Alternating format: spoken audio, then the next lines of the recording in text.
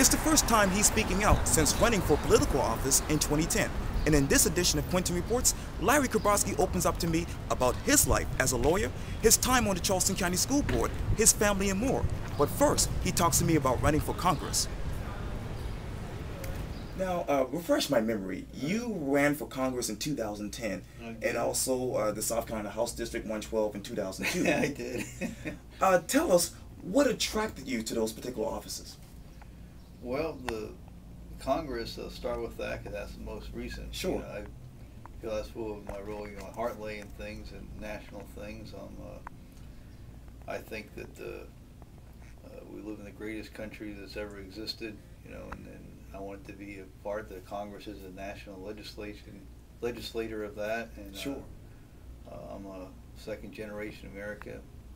My grandparents on both sides came from Eastern Europe, and America meant the difference between life and death for us.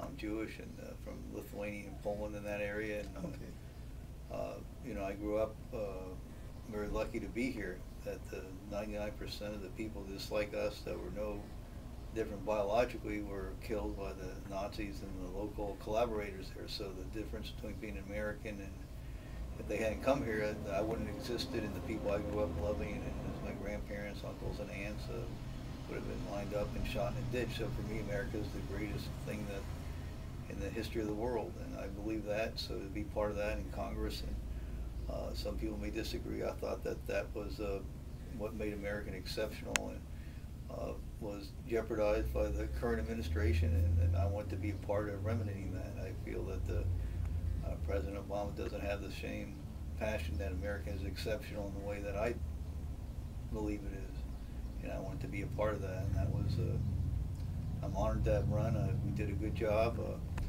and I think Tim Scott won. He's probably, I think, doing a great job, and I think he's probably the best congressman we have in the Congress right now. So it was a good result. I'm glad I did that. Well, speaking of Tim Scott, excuse me, you know, you obviously ran against him. What do you think of him as a congressman right now? Well, I think he's doing a great job. I think he was probably the right person at the right time. I mean, I'm glad I ran, but the result was having a great congressman for us. I think he has the disposition and temperament to go with that, and he has an important message to say too. And he obviously, gets a lot of attention for his position because he's kind of a unique person. He is the only black Republican, and being from Charleston, South Carolina, that brings more attention to the issues than probably I could have done. And he's very articulate in voicing that. And I've known Tim since he was in high school. He was a client of mine and his mother, so I knew him for a long time. So I think that the result was good, and I think he's like a national figure now. I think he'll probably be a senator or governor at least someday. Well, switching gears, I want to ask, because I was actually running a couple of miles recently, and I actually saw signs that said Paul Thurman for Senate. I know you endorsed him during the last particular round. Will you endorse him this time? Well, that's a fair question. I haven't taken a position. He hasn't asked me, so I haven't gotten involved. That's for the voters of West Ashley to decide. I think Paul would be it's a good opportunity for him. And we kind of bonded during the campaign because they had debates for us like 5 days a week. And we always were there and saw each other. I understand that you were a Democrat before switching to the Republican Party. I was. And that being on the Charleston County School Board made you change parties. That's absolutely what happened. Why? I was a liberal Democrat at one time, and because I believed that was my ancestral heritage to grow up with my background and ethnic background. That's who you were, and that was different realities. And being on the school board changed all that in terms of how I saw values applied. I believe public education was the best thing about America, and that was it was there for everybody, and it meant that you could rise according to your ability. And I saw how political correctness had kind of turned that around, and the first battle was over ability grouping. I believe I grew up and they put students in classes according to ability. Where I grew up in the public schools, the only private schools where I grew up were for people who were too dumb for the public schools or couldn't make it there because they were so good. It meant because no matter how poor you were or where your parents came from, if you worked hard and were smart, because you were grouped according to ability, and you could go as far as you want in life. And when I got in the Charleston County School Board, I saw that they had done away with that and made every class had to reflect the makeup of the school. So they were assigning students to class based on what they looked like rather than what their ability was. So the teacher was having to give 3 classes to each, so it was chaos. I led a revolt of that, and I saw that Republicans and conservatives liked that position, and liberals and Democrats fought me tooth and nail on that. And also on racial quotas at Buist. We had hearings how that came up. They had strict racial quotas on that, and we had a hearing and sitting around a table just like in here, and the parents came in, and the man was obviously English or Irish background, the woman was Filipino. Okay. And they brought their child in, and we had to make a judgment based on what the child, it looked like, whether it was a minority or not. That was horrific to me. I apologized. I said, that's embarrassing. Who you marry, what your children look like should be of no consequence. And that was just crazy. So I just, and then I tried to end quotas there, and then I couldn't convince the board to do that. And then I brought a lawsuit, we ended racial quotas. And then the racial quotas said literally, is where your ancestors were the original peoples of, so we're making decisions now based on where people were from, their ancestors lived in prehistoric times, which I thought was crazy, because Buist itself has the least amount of students on free and reduced lunch, so they have children of doctors and lawyers who maybe some are black, some are Indian or whatever, but I don't see how they're different than the white parents who are lawyers and doctors that did nothing.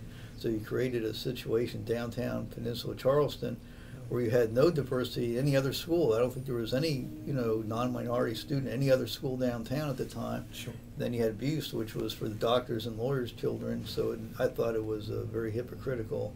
I'm proud of the fact that, now that you can't have any more, who your parents are or what you look like. You should have no consequence of what school you go. Well, take me back to the time when you were on the Charleston County School Right. Board. You were a board member from 1993 until 1998. Right. And from 2004 till just a few years ago. Right. And you were also a vice chairman. Right. A lot of historical events happened during that time. Right. When you think of the Charleston County School Board, what comes to mind? Well, I think it's, my feeling is that the district is just too large to work. It's 100 miles long. It goes from the Georgetown border, McClellanville, down to Edisto. So you have you have the schools, you have rural schools, you have inner city schools, and suburban schools. So everybody feels disgruntled, the other person's getting what they should have, and it's just too big to work. Public education needs to be local, and then you have a complete involvement of the local. Nobody in the community, in the schools, nobody's going to care as much about the schools as the local people. For instance, the Peninsula Charleston, they have one member of the board now. Her kids go to Porter Goud, Toya Green, and so they really, in my opinion, have nobody focused. I mean, I feel that Peninsula Charleston schools, look at the turnover at Burke. Every year they have a different principal. If you had local school district of just totally involved in that, total control, that wouldn't happen. Nobody would allow that to happen to their own children with regard to discipline, where there's a total communality of the people running the schools and their children and their community. You just don't, that couldn't happen. But when you have such a large thing, 100 miles, it just kind of gets lost, and they focus on Buist. And so that the other ones are just, and then you have superintendents, like whoever they are, it's not that they're bad people, they're probably good people, but they're like paid gladiators. They have national, it used to be that all the superintendents were local people who lived and died for the community, grew up, and then they would, when it comes to discipline, they wouldn't care what it looks like, because those are their kids, they want the best, they have to be in the community. So when you have any superintendent of every public school in America now, they're there for a little bit of time, then they want to move up the gravy train, so they're going someplace else in a few years. So it's all about how it looks for them, and they're very, liberal-minded, and it's I don't think that you have true community mindedness, not because they're not good, intelligent people, because their career is based on how things look and where they can go next. So it's a different thing. They're not saying, hey, I'm going to live and die in this community. These are my neighbors and friends, people I grew up with. So it's a different thing. So I think that's the problem with the Charleston County School District, because everybody's always fighting and squabbling. The players change, but the issues don't. It's always the same issues. And then you're also dealing with to be honest, the aftermath of integration and segregation. And I think a lot of schools, especially in the rural areas, still see themselves as and part of the problem is, in my opinion, racial pride academies and haven't adjusted and don't want diversity. And that may be counterintuitive, but they still see that especially in rural areas, maybe many whites didn't get in there, so they still see themselves as being the primary purpose to instill racial pride for the students who go there, and so that's not going to be very accommodating to students who don't share that. Well, as you know, Nancy McGinley is running the Charleston County Right. School Board these days. What do you think of her as superintendent? Well, I think she's better than the last. I think she's a very intelligent woman who wants to do well, but again, I think the problem is it doesn't really matter who the superintendent is, that it's just too big to work. And, you know, that one size fits all for all Charleston County. It's just too diverse and different. And again, she'll be, not that she's not a good person, but be going some other place next. So you're thinking, everybody thinks selfishly in the end, what's going to do this for my career? I want to maybe go to Philadelphia next, where she was from. So I think you're still looking beyond what you're doing now. You need people who are from here, not that, you know, and live and die for their community. You're going to stay here afterwards. I think that it's just too big to work. It's nothing, not against her personally, but it's like I say, look at Peninsula Charleston. Why do they have such turnover? For every superintendent they had, for the last few, there's still a new principal almost every year at Burke. It doesn't really matter who the superintendent is, and that, you know, results in chaos. You know, I was talking with Liz Olson recently. Oh boy, she was on with me. Well, she may be mad at me because I brought the lawsuit to bring. There was two. I also brought a lawsuit to reapportion the seats in the Charleston County School Board, because when they created the Charleston County School District in the mid-'60s, there was like 3 times as many people living in Peninsula Charleston as East Cooper, and then that reversed. So we put 2 members East Cooper and 1 downtown. Wow. So that's that, and then I think that eliminated her position. So that might be. Well, you know, I was talking to her about the Right. whole superintendent situation. What did she say? And she basically said that generally superintendents last 2 to 3 years. Do you agree with that? Well, yeah, that's pretty what happens, because what happens, there's 2 reasons. One, they're always looking to go to the next bigger district for the higher pay.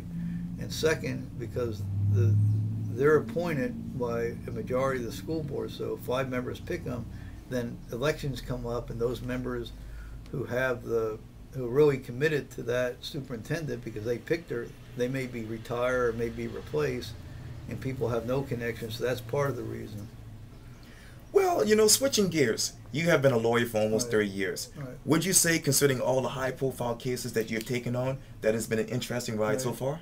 Yeah, I loved it. My most interesting case was one in Williamsburg County, which I don't know if you know about. That was the Kandrak case. That was the only time a school's ever been declared a racially hostile place to teach in America. So that was a landmark case. But the one in Williamsburg County was an all-black school district where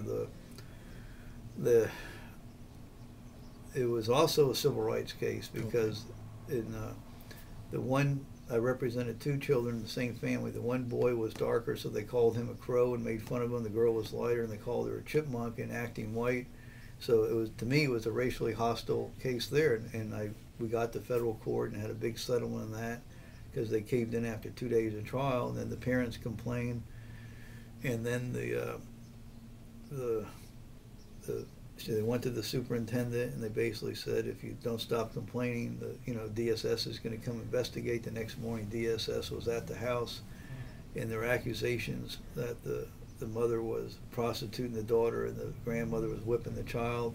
And of course, those were false. We got the charges dismissed, and we got the records, and it turned out, according to the DSS records, that the principal called, and then the principal denied it was her, though we subpoenaed the phone records, and it showed phone calls at that time, the DSS, when the charges were made. Sure. So that was a case I'm very proud of, that the children are doing well and got enough money to move somewhere else. But it also taught me a lot about the rural schools and how a lot of work needs to be done. And so how did you get your start in the law business? Well,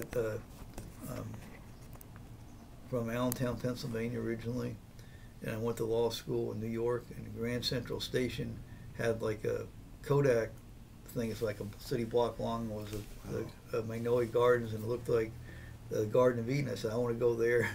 I didn't know anybody here, and I went and walked up and down. At that time, all the offices were on Broad Street, right down a few blocks from here, and I went down, and I figured if 99% of the people throw you out, it just takes one job, and I figured I went up and down and got a job with Jimmy Stuckey, and been either working with him or in the same building now for about 32 years. So that's how that was. Well, I know you've been married to your wife, Susan, for over 25 years. Right. What has been the secret to your successful marriage? Well, thank you for that. I've been very lucky in that. On the surface, Susan and I have, different backgrounds. She's from McClellanville, and I'm, a Kobrovsky from Pennsylvania. But I think the similarity in families, though I'm from a very close and a Jewish family, she's from a rural Southern family, but the whole thing is it's about your family, so we share that. So that's been, we're very close to our families and our children and each other, so it's been very good. Well, let's talk about your daughter, Valerie. Right. She's a very successful model, and she actually, you're welcome. And she actually won Miss South Carolina, United States last year. As a father, what do you think of your daughter and all of her great accomplishments? Well, we're very proud of her and my other daughter, and Valerie was in the movie American Pie Reunion, so she's done very well, and I'm also very proud that she did very well in school. I always like to say she got a perfect verbal SAT score, so she's smart and a model. Yes, yes. No, but she's always been interested in that and has been very successful and does a lot of modeling for Belks and Neiman Marcus and is pursuing that and TV commercials. So, sure. So we're very proud of her. And Abby is in her first year of the law school at the University of Virginia, so we're proud of that too. Yes, that's a great school. Well, thank you. Well, describe to me the following one word: law. Boy, that's well, I don't know if I can describe it in one word. What I like about it is I work for myself, and you can pick your own cases, and I love my clients, and I know now with you have some of the grandchildren of the people you worked with, and so I get referrals all from the same families and the connections. That's what makes it interesting, is the people. And the cases are only interesting because of the individuals involved. And I've been doing things that I was proud of, like the cases with the Houston, the Kandrack, and the Williamsburg County case. Right. So I'm doing the things that I dreamed of doing in law school, of cases that probably nobody else would take. I mean, nobody else would have taken the Kandrack case or the Williamsburg County case or the abuse case of the quotas. So I was glad to enjoy the constitutional aspects. Politics, one word. Right. Well, boy, I have a passion for that, but that's also a rough business, and you find that you need a lot of money in that, and that I want to say, I ran as a Tea Party candidate, and what was I liked most about that, because that was genuinely a grassroots thing. Okay. And you didn't have the connections, you didn't need the connections, you didn't need the money. It was all about what you believed in. Sure. And that's what made that special. And that's why I got the Tea Party endorsement in Myrtle Beach, because you think about it, I had nothing, a pedigree to offer them like a Thurman, or political connections and money like Tim, or so it was based on who they thought believe what they believed in. And whether you're a Democrat or Republican, on both sides, it's good to have movements like that, so that people from the grassroots who actually believe the stuff can have a place. Otherwise, it's connections and how much money you have. So it's whether you agree with them or not, it's important for America to have grassroots activists on both sides, so the average people could move up and get involved. Family. Well, family is what the most important thing. I grew up very close to my family. My grandparents all lived within walking distance, and all my cousins, so I either talked or saw my grandparents every day, and so that's a part of who I am. And again, that's with my wife growing up in McClellanville. It's the same thing, maybe a different background, but all her family lived close to each other, so we're very close to all of our family and our children. Education.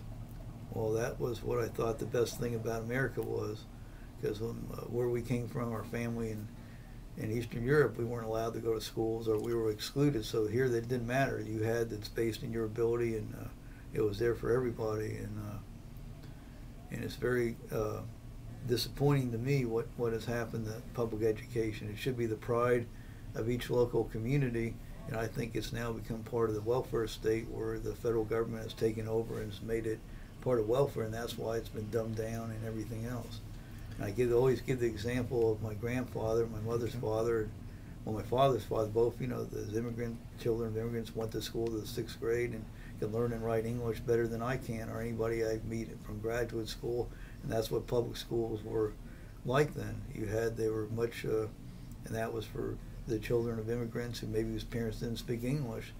They were the pride and did a good job. And I think it's never in the history of mankind has more money been spent on public education with less results than right now. So it's a very scary thing. One word to describe Larry Kobrovsky. Boy,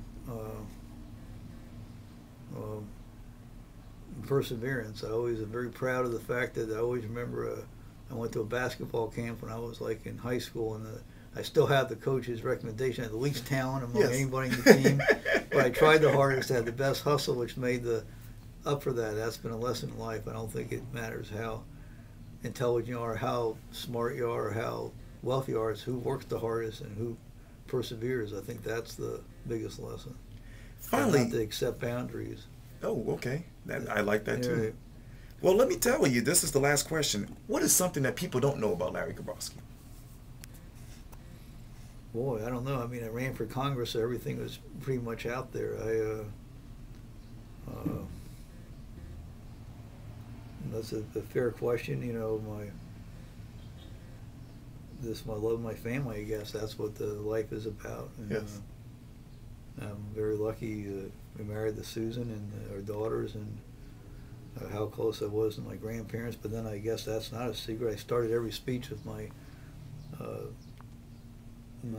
grandfather's citizenship papers, and what that means. I think that really meant all that because I grew up understanding, and that's what shaped my opinions.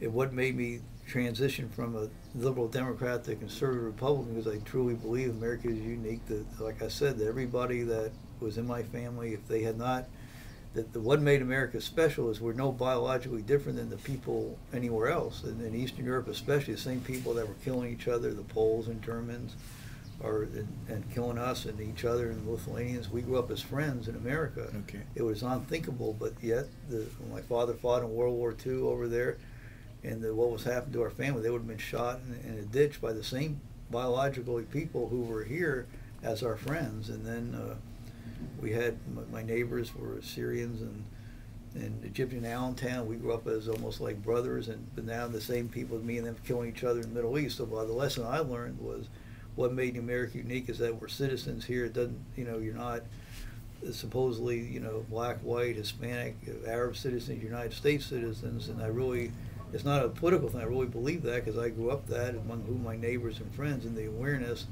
of people killing each other who were just like us because of the politics of where they were.